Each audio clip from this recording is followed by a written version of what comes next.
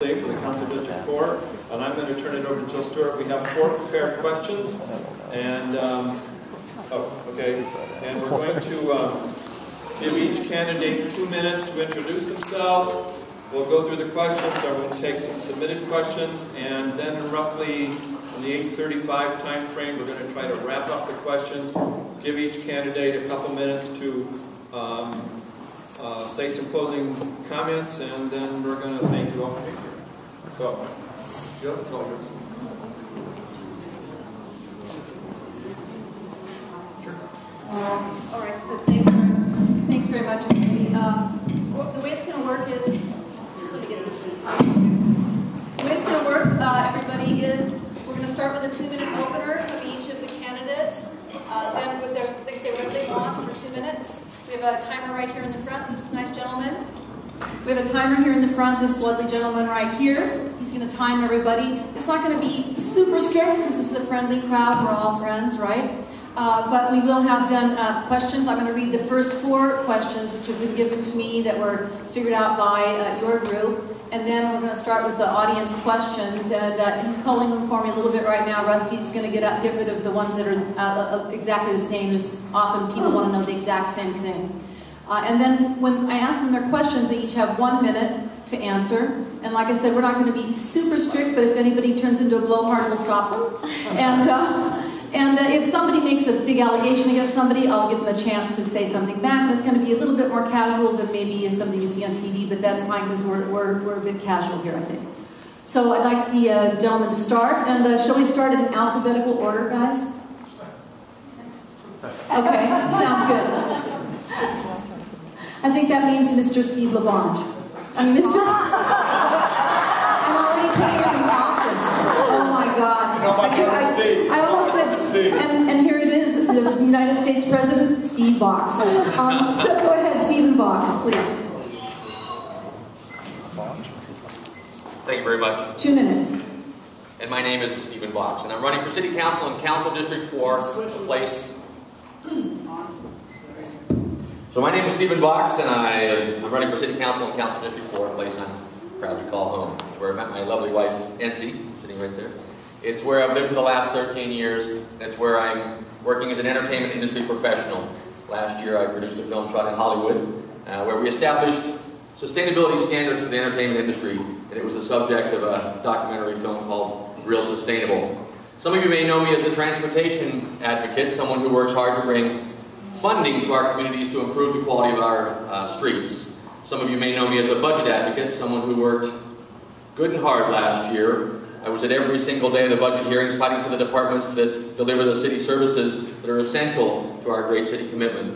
And my track record actually exceeded most of the city council as far as participating and fighting for those departments. And through it all, I would contend that we're a city in crisis. We have a budget crisis. We've got a crisis of irresponsible land use. We've got a crisis of traffic congestion. And ultimately, we have a crisis of collapsing infrastructure.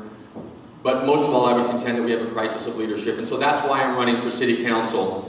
So I stand up here along with 2 other gentlemen, one who might be referred to as the outsider, who's done great work in his neighborhood, and the other who would be referred to as the insider, someone who's been there for 35 years. And I would contend that it's time for an outsider to work on the inside, Stephen Box. So I have a demonstrated track record for an acute sensitivity to what is going on in our neighborhoods and what we can do better. And I also have a proven track record for working on the inside to solve problems. So I thank you very much for your consideration this evening.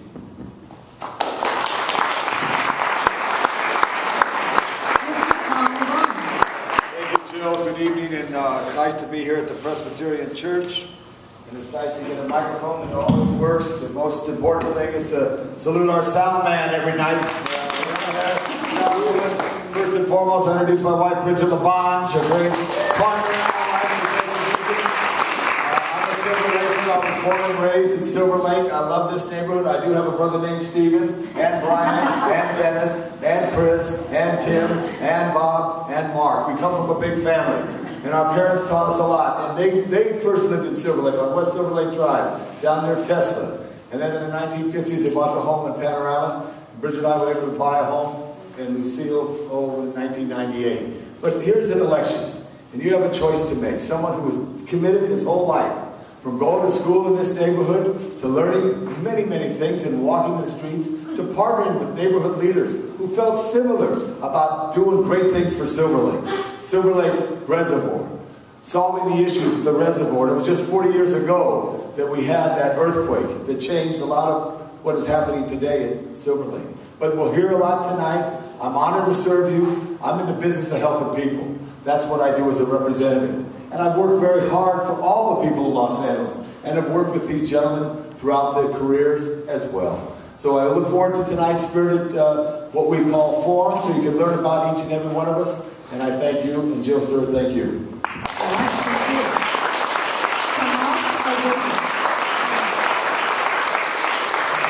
Tomas O'Grady. My name is Tomas O'Grady. Let me tell you a little bit about myself. I was born and reared on a farm in the west of Ireland. Before coming to Los Angeles, my wife Justine and I restored old buildings in Hoboken, New Jersey. We worked hard, and we did well. We've laid down our roots in Los Feliz. We have 4 children. America has been good to me and my family. America has worked for me. I came to the United States with $80 in my pocket in 1991. Now I live in the hills of Los Feliz. My story, though, frankly, is no longer possible for most people, and particularly in this city. That's not right. And that's why I'm running for city council. Not to be a politician, but to be a public servant. I want to give something back to this country that has been so good to me. I'm no nonsense. I'm direct. And because I'm a farmer's son, hard work and resourcefulness is in my DNA. This city is in decay. I spoke to Dan Harrison, the principal of Marshall High School the other day, and he estimated that if the budget goes the way it looks, there might be 50 children per classroom at Marshall. That's not right. There's no learning going on with 50 kids in a classroom. And there are choices that the city council can make to make the difference there. LA can't let business as usual set the standard. It's not good enough, not for me, not for my 4 children, and surely not for you. We must do better, and I have proven with my track record in this neighborhood that we can do better. We can do so much better. So I'm asking you for your support, to support a down-to-earth, an ordinary, straightforward person to go into City Hall so we can start to lift up this city for the people of Los Angeles. My name is Tomas O'Grady, and I'm asking for your support. Thank you.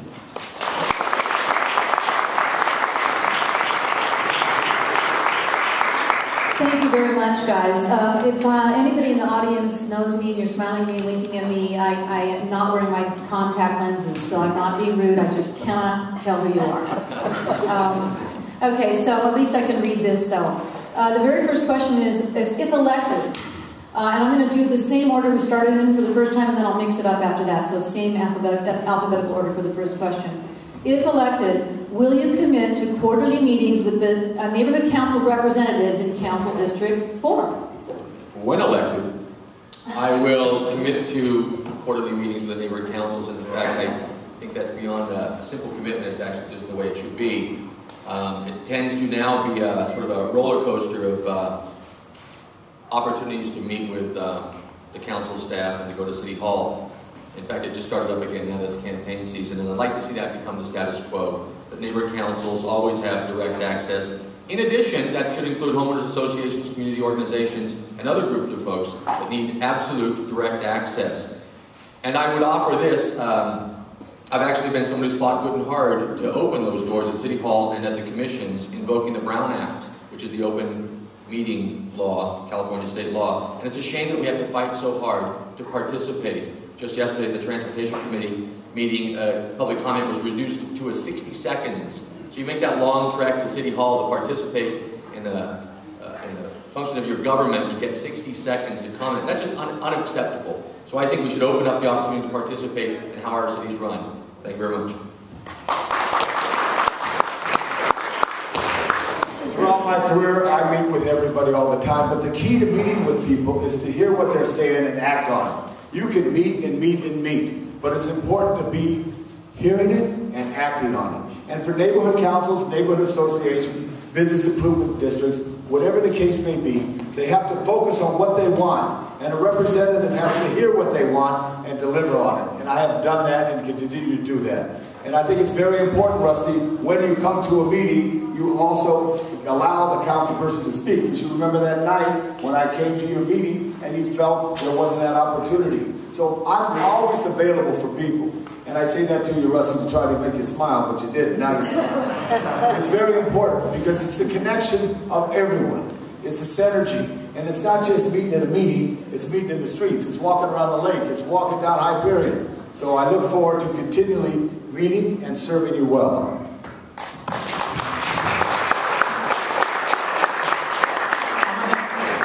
I'm a neighborhood council guy. I've been elected to the Greater Griffith Park Neighborhood Council twice.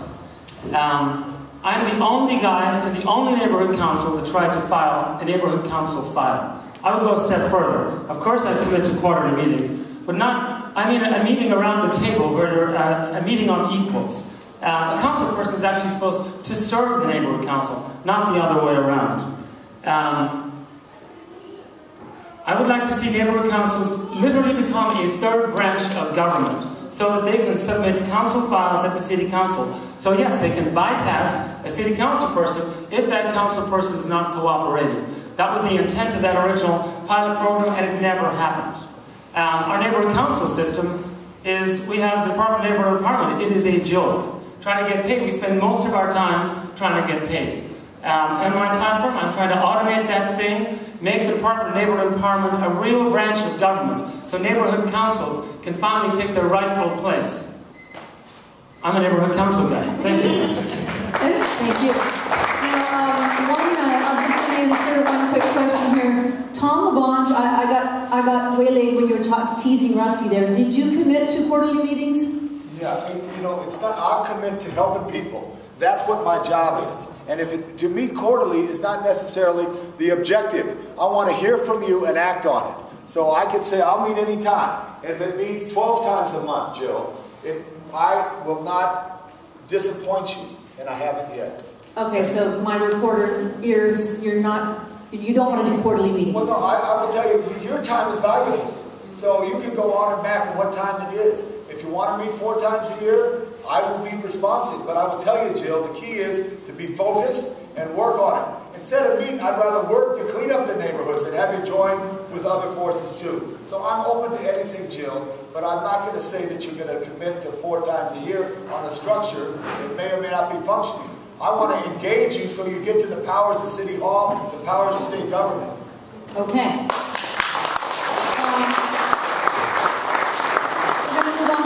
Question, and you guys can stand up to, Tom doesn't have to be the only guy who's controlling the floor there if you feel comfortable. You can do whatever you want. Oh yeah, we're going to mix it up a little here. The second question is, your position on, this one I'm going to start with Tom, if you want to go first, Tom LaBonge. I'm going to go backwards. I'm going to go across the table. So Tom, then Tomas, then Stephen. Your position on taxpayer funding of the proposed football stadium. No taxpayers funding. It's very important that we look to the horizon. 1984, really 1978, we looked for the horizon, and what did we do in 84? We welcomed the world. That was an important aspect. It was just after Montreal and the debacle in Montreal for those Olympic Games, but we structured a right deal for Los Angeles to welcome the world. Now, no taxpayers' money, but let's look to see what the deal is. Right now, there's nothing on the table. Right now, they have to present a proposal, and it's not just a football stadium. It's an expansion of the convention facility. It's an expansion of LA Live. Does it make sense? No taxpayers' money, but let's see a proposal. Thank you. Okay, Tomas, same question. I'm glad to see the policy change. We were at the Greater Wilshire Neighborhood Council last night, and you were defending the CRA on that. So I like to see City Hall moving really rapidly on this one. I developed real estate in Hoboken, New Jersey, on Madison Street. And like I joked last night, I went to Citibank, not to City Hall, for money.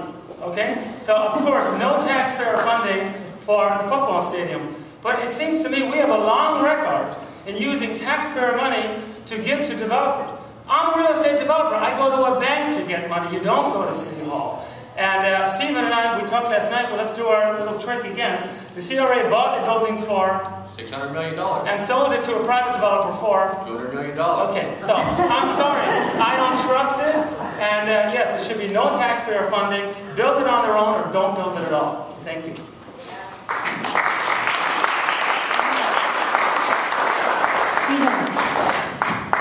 Absolutely no to taxpayer money used for the non-existent NFL team and the non-existent NFL stadium for the plan that doesn't exist. Yet, City Council has formed a committee to study the non-existent proposal, which has already been funded with $700 million of money for the developer, and the request has already been made for $350 million of your money, thank you very much. And they've already gone to Sacramento to look for exceptions and variances for the non-existent NFL team and the non-existent plan. So this is a very sophisticated group of people who are moving very quickly to look for exceptions and variances and to do an end run on the City of LA. And I assure you, we're not in a good position. Right now is the time for the City of Los Angeles to raise the standard for an environmental standard, an economic standard, a social standard, a sustainability standard. So if a developer can make a deal work under those conditions and guarantee us a profit, not just a risk, then we should do it, but under those conditions. Thank you very much.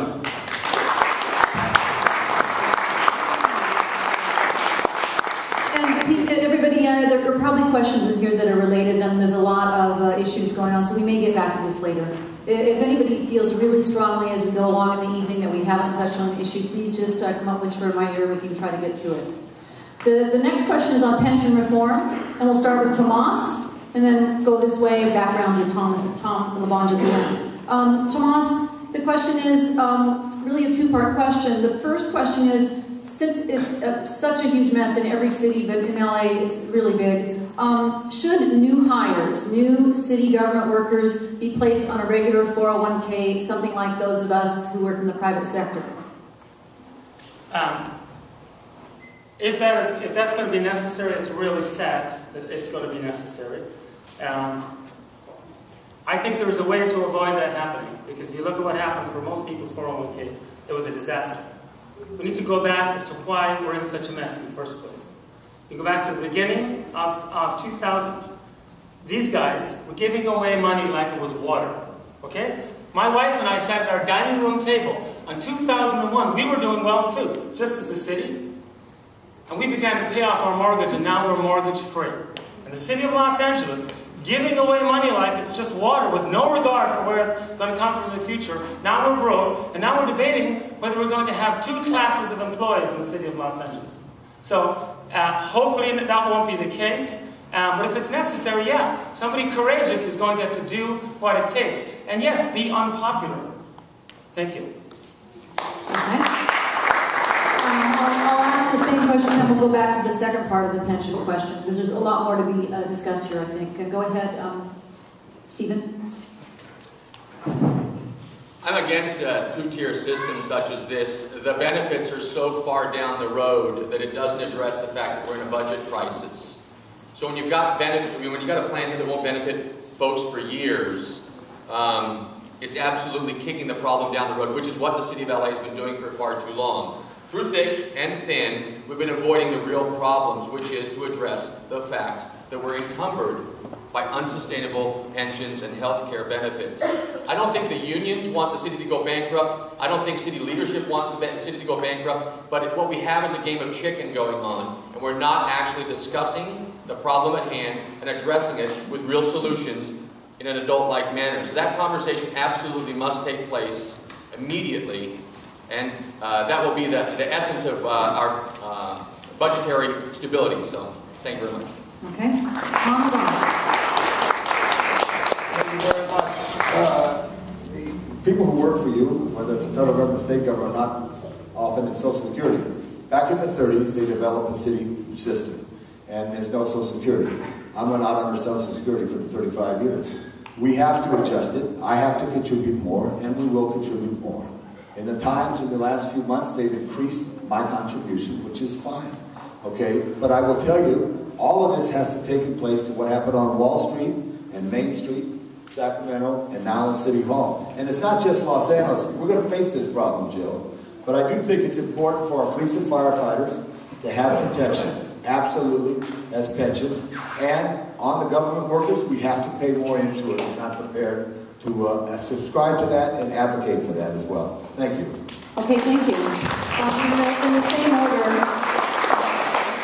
In the same order, all three of you guys, please give us a couple of specifics.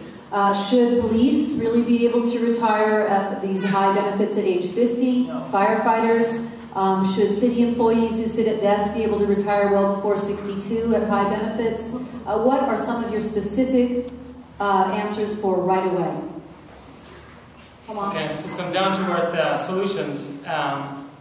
Should police retire at a certain age or not? I mean, should they? It's really a question of can they. The police are going to have to give something back, okay? And it's pretty sad. They're going to have to give something back. The firefighters are going to have to give something back. Everyone is going to have to give something back. There are many little things we can do along the way. We could do a higher copay, for example. They could just give a few percent back and would balance it, would start us down the road. But as Stephen said, it's this game of chicken. We're not even doing anything. We're not even beginning. What do I have? 20 seconds? 30.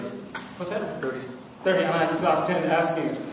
But I'm going to say the only way to do that is by setting the tone right off the bat. I'm the only candidate that's committing to having my salary. Okay? This guy makes 180 grand a year. Okay? That's criminal, considering what's going on in Los Angeles. I'm cutting my salary in half. Not because I wouldn't like to make that money, or not because I think it's going to make any difference, but I'm going to set the tone right off the bat. Mr. Policeman, I've cut mine, now I need you to give something back. Okay? That's the kind of leadership we need.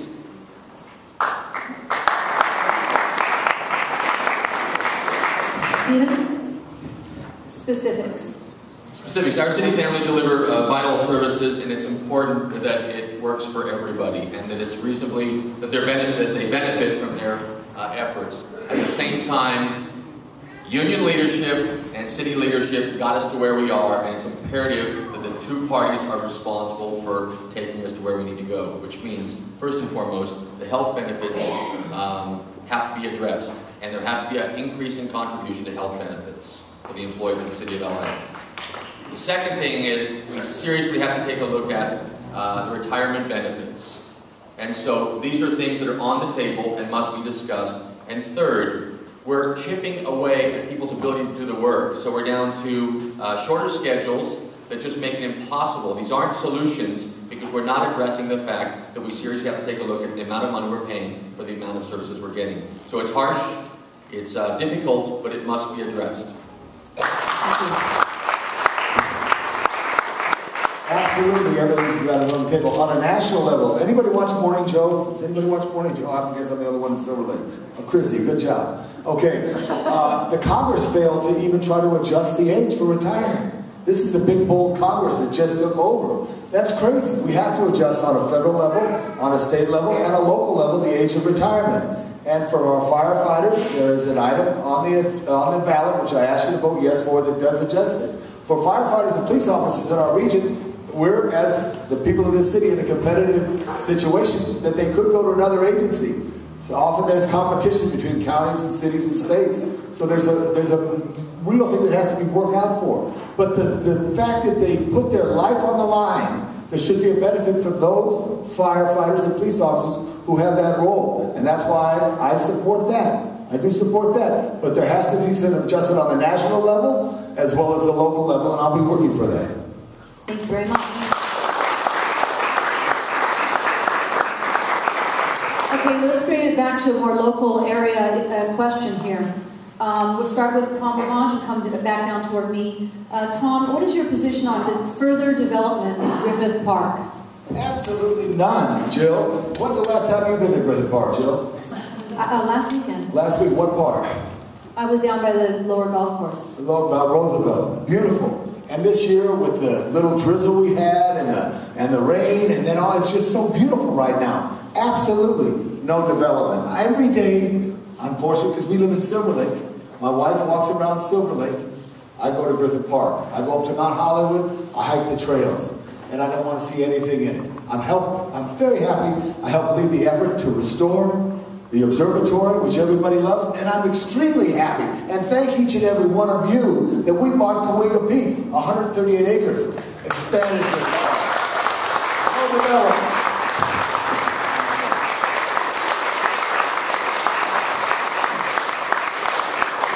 So it's like pensions are interesting, but Griffith Park is really interesting. Okay, I got it. All right, next, Tomas.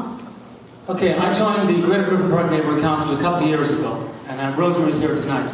And right on the agenda at the beginning was a thing called the Melendres Plan. I asked what it was. It was a plan that came out of your city hall. It had a hotel on top of the hill. It had all kinds of improvements. And I was pretty naive back then, and we were trying to fight it. And I said, why don't we just call up the councilman and ask him? And I was told you could not be trusted. Okay? Los Feliz responded to this. What did we do? We collected, I don't know how many signatures to make the park a monument, because again, your city hall could not be trusted. Okay? The Melendres Plan cost $400,000. I have a copy of it. The money is gone, okay? It's right in there. There's a hotel in the damn book, okay? Your name is in front of the book, okay? And then you're weaseling out of it. Thank you. I think we'll give Tom LaBonge a chance to answer that, because that was an accusation. Let's give Mr. LaBonge a chance here. Tom? You want to answer that? Oh, you don't have to if you don't want to. Oh, I'm happy to answer. And I would think we should address the people in the decorum and all that. If you have a problem with me, Thomas, you could come and see Tomas. me. Okay, Tomas. Here's the situation. I thought we should do a master plan. Laura Melendres, who lived up in Highland Park, got the contract. She came up with an idea that was totally outrageous and rejected. And along with the general manager of the park department also rejected it, we formed a working group. And we asked neighborhood associations to select the people to be on that group, to go through the plan, to redraft it. We're in now the process of trying to finalize the vision plan. I rejected that. I rejected it totally. And I think Mr.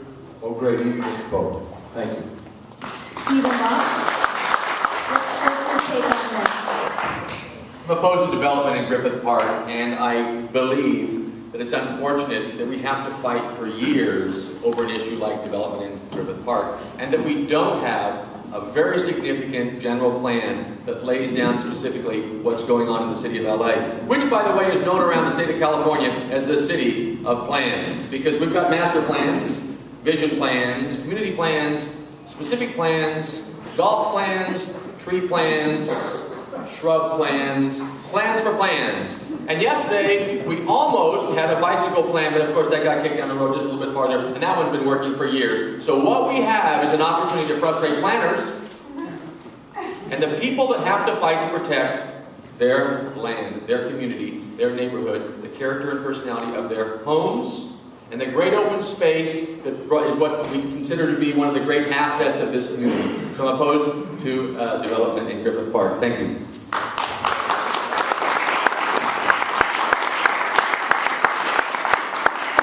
I'm going to start with some questions from the audience now. One of the questions, the very first one on the top of my pile, and since the Weekly wrote a story about it, I can ask this question with a certain amount of intelligence. It asks whether you support, I'm going to just explain it a little bit to the audience first. It asks whether you support Senate Bill 1818, the Density Bonus Law of California. In Los Angeles, we approved a density bonus plan. Major parts of it were thrown out by the court. The plan that the city council approved was found to be illegal in some ways, in some major ways. So starting from Stephen Box over to Tom LaBonge, do you support the state law? And I think the second question is, how should we implement it in Los Angeles since the city council's plan is illegal? I'm opposed to the SB 1818 and the notion that we should densify communities that are already strained, infrastructure that's collapsing, streets that won't carry our traffic, and then we're required to offer up a variance so that people can exceed the plan if they agree to certain conditions. I think we should raise the standards rather than lower them if people would like to come to the community. I think that the fact that the city of LA had a proposal that was illegal is a sad and unfortunate state of affairs at City Hall. We tend to do this a lot. In fact, we lost 3 First Amendment battles this year. The city of LA continues to act hastily in ill-advised ordinances that end up getting flipped by the courts. So the one thing we do is we keep lawyers busy here, we keep land consultants busy here, and we keep communities busy here fighting to protect their homes. So I'm opposed to SB 1818. Tomas? We also keep park designers busy here also, obviously. That's 400,000 gone again. That's a big number. It's a lot of money. It's my money, and it's gone. Okay? I'm opposed to 1818. What the city really needs to do is update its community plans. We haven't updated them in years. Why? Because we don't have enough staff in those departments. We have plenty of staff in the council offices, of course. There's a communications director in the council office. Just the other day, there was a lady from the council office on Facebook all day. Facebooking. The mayor of Los Angeles has a tweeter. A person who tweets all day long. That's what he does. So, we need to update our community plans so we can get proper, as Stephen said, well-planned density in all the right places, not in all the wrong places. So, did I make it clear? I'm opposed to 1818. Thank you. I oppose 1818 and have spoken to it on the council. With you in the neighborhood here, we fought what was a plant right behind the pizza parlor right there at Hyperion and Griffith Park, next to the school, which sold their land to a developer, you know, and all of a sudden, boom, right on Panorama and Angus. We fought it and we stopped it, which is real important. I fought for a mansionization ordinance to stop the blowing up of houses. The city of Los Angeles is a city of great neighborhoods. And this is one of the great neighborhoods. And it's even greater because people walk. When you think that the city is falling apart, it's not falling apart. We have challenges, big challenges, but we have great neighborhoods, and I fight for neighborhoods. And I'm happy to say I get a lot of support from neighborhoods, and I work with everyone to try to make their neighborhood better. And I'm proud to welcome anyone who's found Silver Lake, and I always find a joy when I hear their story, how they found their way to Silver Lake, and how they love this neighborhood. Oh, thank you. A related question from the audience, and I think we'll probably have a number of density questions here, but the related question about, well, okay, but what about density in Silver Lake? What are your feelings on it? And one of the issues is that if you see the maps, the drawings of where the tall buildings are going to go in Silver Lake and where the density is going to be allowed in Silver Lake if the plans go through, and I'm not talking about SB 1818, but what you probably heard of the transit-oriented districts. If you live near a bus line or a light rail line, a lot of density is going to be planned for your area. It hasn't been approved yet. What do you think about that kind of density in Silver Lake? Good-sized buildings along the big boulevards and a lot more density along bus lines and that sort of plan, which has been rattling around the city hall for a while, but it's coming. Go ahead, Stephen. Thank you. The funny thing about these density plans along the transit corridors, and as someone who rides a bicycle on the big streets and loves to take the metro and even arrives sometimes in a motor vehicle, I can tell you that we seem to have significant arterials that simply don't work to imply that we can add density to these corridors without the things that are guaranteed by law. So in a SNAP district, a station neighborhood area plan, there are supposed to be other benefits, such as parks. And the money for those parks comes from the developers, Quimby fees. And I would ask you, how is it the buildings keep popping up, but we don't see the parks that are supposed to come with them? We don't see the money and the community benefits that are supposed to come with them, and we fight too hard on each and every one of those buildings, which, by the way, typically have to have helicopter landing pads on top, because we still have an ordinance that prevents us from having green roofs, because our evacuation plan, if there's an emergency, is all those helicopters we own coming to rescue us from the tops of the sky rises. We're so out of touch with that particular proposal that I would have to say we should stop right now and reevaluate this. Again, like I said before, we just don't have a plan. We seem to have these density proposals, and the transit hasn't arrived yet. The transit has got to come first. The idea of putting density along these transit corridors, we need to make it work first, and then see if we can add buildings. One of the issues with density, by the way, is we don't seem to stagger our districts. We have R1 right up against a high-density district. What we need to do is stagger that a little so there isn't a high-density district right next to a single-family neighborhood. And that's one of the frictions that often happens in areas like Silver Lake.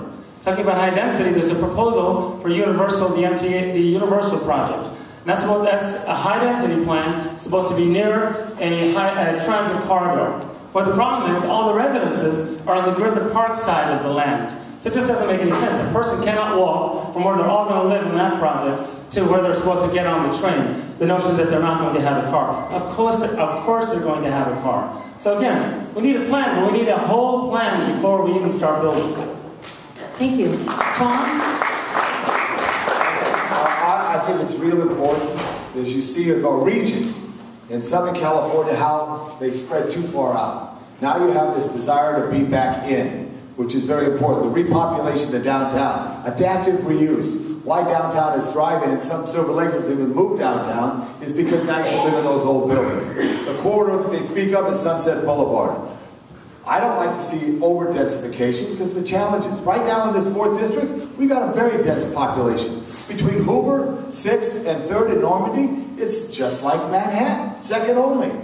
These are issues that we have to deal with, but we have to look at the whole region. And just as we have senior lead planners, senior lead officers, we need senior lead planners who work closely. And I want to compliment the neighborhood council that has a very effective planning use that works with the planning department and our office to try to make it work for everybody. But densification is a challenge in this time. Because look around how our great city has so many people in it, and we have so many needs.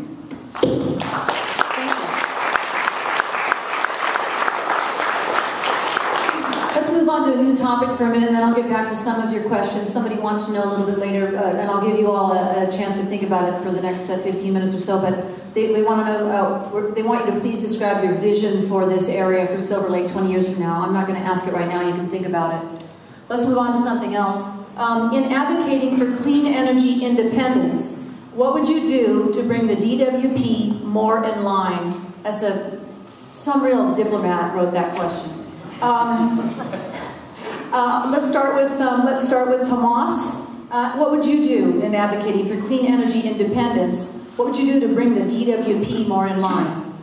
You mean for the DWP to behave themselves, or you mean for them to be? Take it as you read it, baby. I don't know. Okay. So, I live in a green home. I have solar power. I have solar hot water. I collect rainwater. I do all these things. I have a solar-powered jacuzzi. So I can live the life of luxury with a very tiny footprint. So the first thing is we need people in City Hall that actually walk this walk. They actually believe in this stuff. My vegetable garden is watered by our laundry. So with regard to DWP, the current IRP has no money for solar panels for residential roofs. That's a disaster. Every roof in Los Angeles ought to have solar panels. They're really cheap right now, by the way. And DWP seems more like, I want to build it over there in the desert. That's no good to this community. It should be on this roof right here tonight. So does that make sense what I want to do about getting more green energy? Solar panels on every roof in Los Angeles. It's actually really cheap to do. Okay, I just figured out what the next line is. I'm sorry I couldn't read it. I apologize. The question is, they're asking about feed-in tariffs. Because the person who wrote this question explained to us what the feed-in tariff is. They want to know, would you support a feed-in tariff in order to incentivize solar panels? And would you support a feed-in tariff to allow government buildings to generate income? And I don't know what a feed-in tariff is. Well, it's, you want to explain it or you want me to just hit it? Please, go ahead. Well, right now, in my situation, in my house, the meter goes backward during the day, and at the nighttime, the meter goes in the regular direction. A feed-in tariff would allow me to sell at market rate during the day, and would allow me to have more panels than what I need. It would allow me to become an actual electricity generator. And that's particularly important for, let's say, Thomas Stark King Middle School. Lots and lots of roof. If we get panels on top of that roof, that could become an electricity generation station. We could use that income to make up for the fact that we have, Anna Marie, how many do we have in the classroom right now? 38 kids per classroom in middle school. We could get some money to buy more wonderful teachers like my super teacher Anna Marie here, so we could get some decent education. Did I answer it? Okay? Okay, and we'll move on to Tom LaBonge and then to Stephen. Sorry? How much time do you get a candidate's response to the question? We'll do a minute unless they want to go further. Yeah. So repeat the questions. You had two questions. Sorry. In advocating for clean energy independence, what would you do to bring the DWP more in line? And then we'll ask you. The key to energy generation, it's different than water, where you have a reservoir you've got to generate for the day. And you need a blend. You need a blend of all kinds of sources.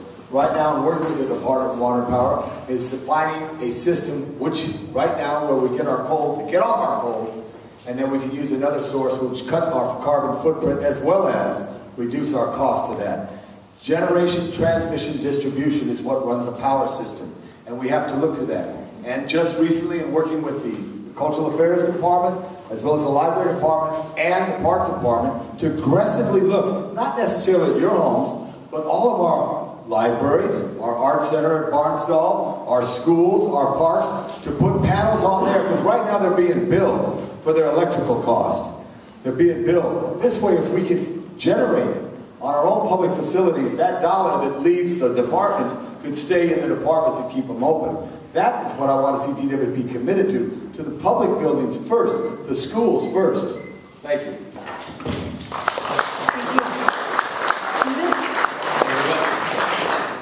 Ron Nichols, the new general manager of the DWP, met with the neighborhood councils this past Saturday, and he has a strong track record for delivering sustainable energy at a reduced cost, which was the big objection. The city of LA is notorious for offering either-or proposals. Either you can have what you want at a very expensive price, or you can pay a reasonable price but not get what you want. And so Ron Nichols was actually able to reduce utility bills 20% as they went to sustainable energy. He explained that two of the things that he has to do is he has to stop asking you to take responsibility for the spike in costs. So whenever you switch to something, there'll be a spike. So he would amortize it over 5 years. The second thing is with the feed-in tariffs, one of the things that's held us up in the past is you're selling your energy to you. In other words, it's your DWP. But that's been an obstacle for the DWP because they couldn't agree on the price. It's your DWP and your energy. So he said he's going to find the price and we'll be able to pursue it. So quite simply, it's political will, something that's been missing, and I'd like to think it's here now.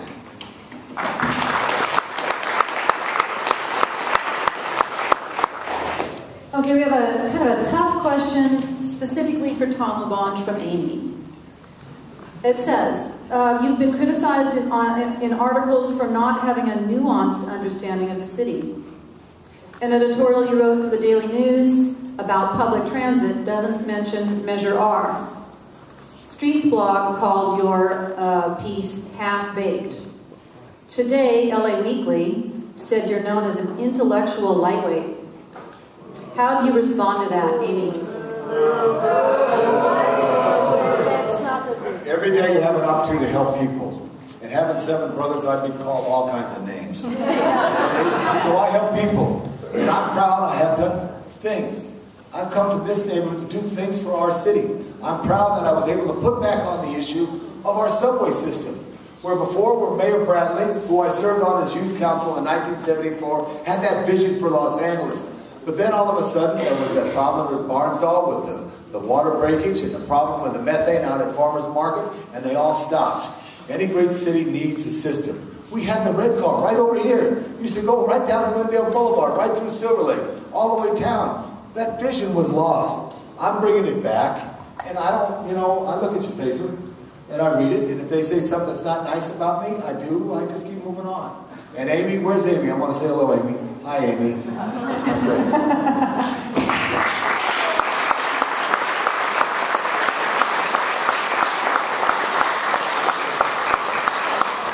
Well, we like to be a little tougher on the incumbents because they've got the power of office and they've got all the money, so sorry about that tough one.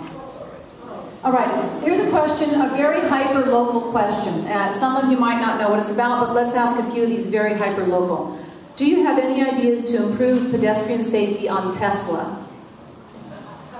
Does anybody know what this is about? Absolutely. Tesla is the north end of the reservoir. Where's Susan? Where's Susan right there? Susan's outside there working with Susan and others. First of all, the Silver Lake Reservoir is so important to us. Built in the early 1900s. Mulholland was involved with that. All of that. Herman Silver, named after that, was a councilman of the 4th District. Little history there.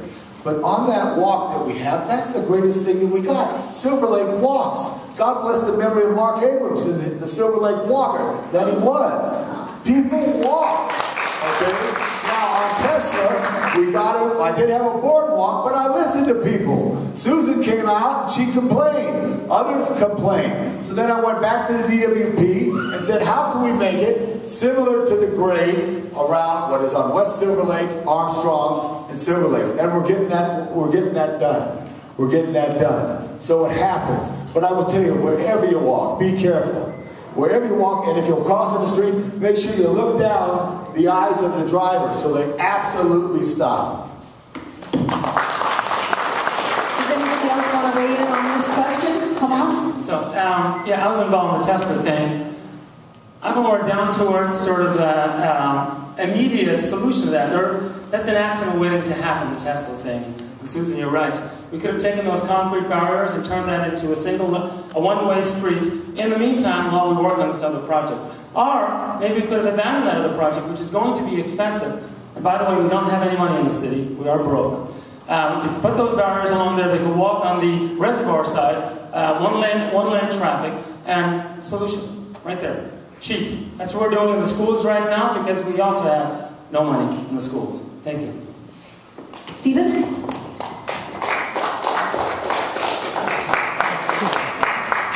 Thank you. It's a very specific and local issue, and it's also a very big issue. And I went all the way to Sacramento to support AB 766 with my lovely wife Nancy at our own expense, which is an ordinance that would have, a law that would have given you authority over traffic control in your local community.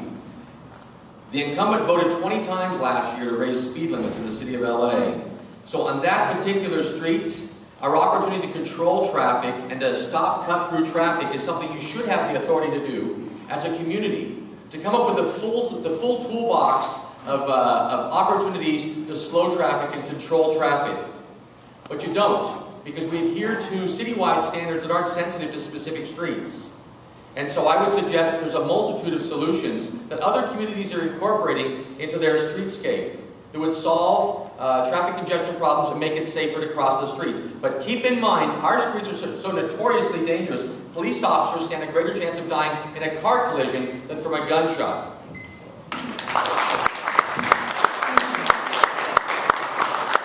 Another question about signage and getting around in Silver Lake. This one is, I'm going to start with Tomas and then Tom LaBonge and then Stephen. The no cruising signs in Silver Lake are anti-pedestrian, offensive, and homophobic. Do you believe they are necessary, and would you advocate for their removal? Yeah, I think they actually bring down that street. I used to rent a house on that street, and it's high time they were gone. Yeah, nothing else to say on that. Tom? I love people, I love all people, and I love when people meet each other. But I think what was done to help the neighborhood, because there were people who didn't love each other enough to find a place where they could love each other. Okay? And one of the worst trash that's in the city street is sometimes that's left there. So I will consult with the police department, but first the neighborhood that's there. Because there's often sometimes, and I'm sometimes a light sleeper, and you hear honks, honk. Who lives in Hyperion area or that part of Silver Lake? You hear honks, honk, a little toot and horn. I'm for people who need somebody, take them home. Just don't go to our streets and do it. So if there has to be that, to try to, because these are people probably from Palmdale or someplace else who don't have the great welcoming spirit that we have here in Silver Lake.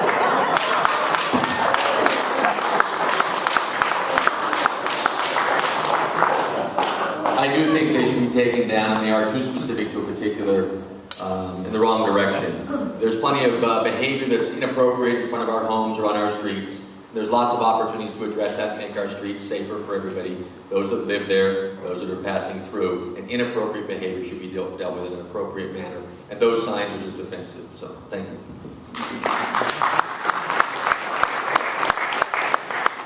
And just to add something, I would love a feed in from the neighborhood council, how they think about it. Put it on your agenda next month. Thank you.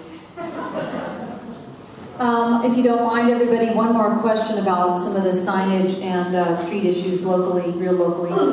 This person says, I live on, she wants Tom LaBonge to answer first, she or he, and then the others. I live on Hyperion, which is like a freeway, and I've tried to get the city to slow the traffic down for years. There have been many accidents, some of them fatal. Why did it take so long for there to be a light in front of Trader Joe's? Why does someone have to die in order for lights to be put on the road? Children walk every day down this street. Why hasn't the traffic been slowed to prevent problems and make it safer? Tom, and then any tragedy is a tragedy.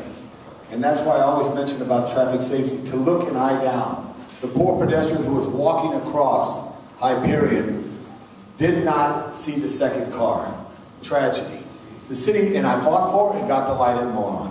And I fought for it and made them turn the lights that they trip at Lyric, they trip at Fountain, so that they stop. It's usually planners downtown say we should keep it green unless another car comes. They stop, and they make you have to stop just on the time. So that we all have to slow down. And also the police department has to give tickets to remind people not to speed. And this is very important. But traffic safety is so important for anybody, because it's a tragedy for that individual who lost his life crossing the street. And awareness is so key. And we have to continue to slow down. All of us. It's a real big, I keep saying it because we all have to slow down and look aware. And if you're a pedestrian, again, look, safety is number one. Thank you, Steve. It takes a tragedy to get a street improvement because we live in a complaint-driven city. It takes a phone call to get a pothole filled because we live in a complaint-driven city. We don't have standards in place. It's unfortunate, but it's all connected. Our fire department's budget, 40% of it goes to scraping people off the streets. 25% of our police department's budget goes to scraping people off the streets. Literally, to picking people up after they've been, their lives have been destroyed in traffic collisions. Our streets don't work. And right now, we don't have the wherewithal to absolutely confront that problem and take it on. I work really hard bringing Highway Safety Improvement Project and Safe Routes to School money to our communities, and the City of LA actually defaults on the money they've qualified for and doesn't execute the projects that belong on your streets. Instead, the solution is to put more police, which we don't have, writing tickets to people they can't catch. And it's imperative that we focus on bringing our streets and making them safer for everybody. Thank you very much.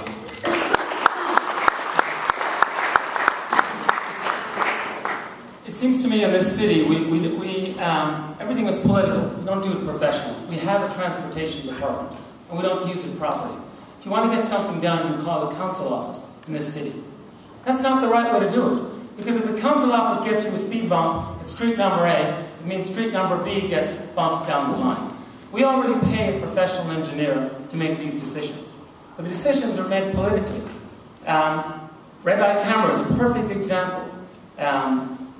The police chief admitted that the red light cameras would be in completely different locations where politics have not figured. They are installed in each district, X amount in each district, rather than where they're all needed instead.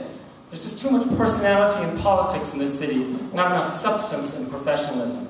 And I would submit that Hyperion would have been solved long ago if professionals were taking care of it.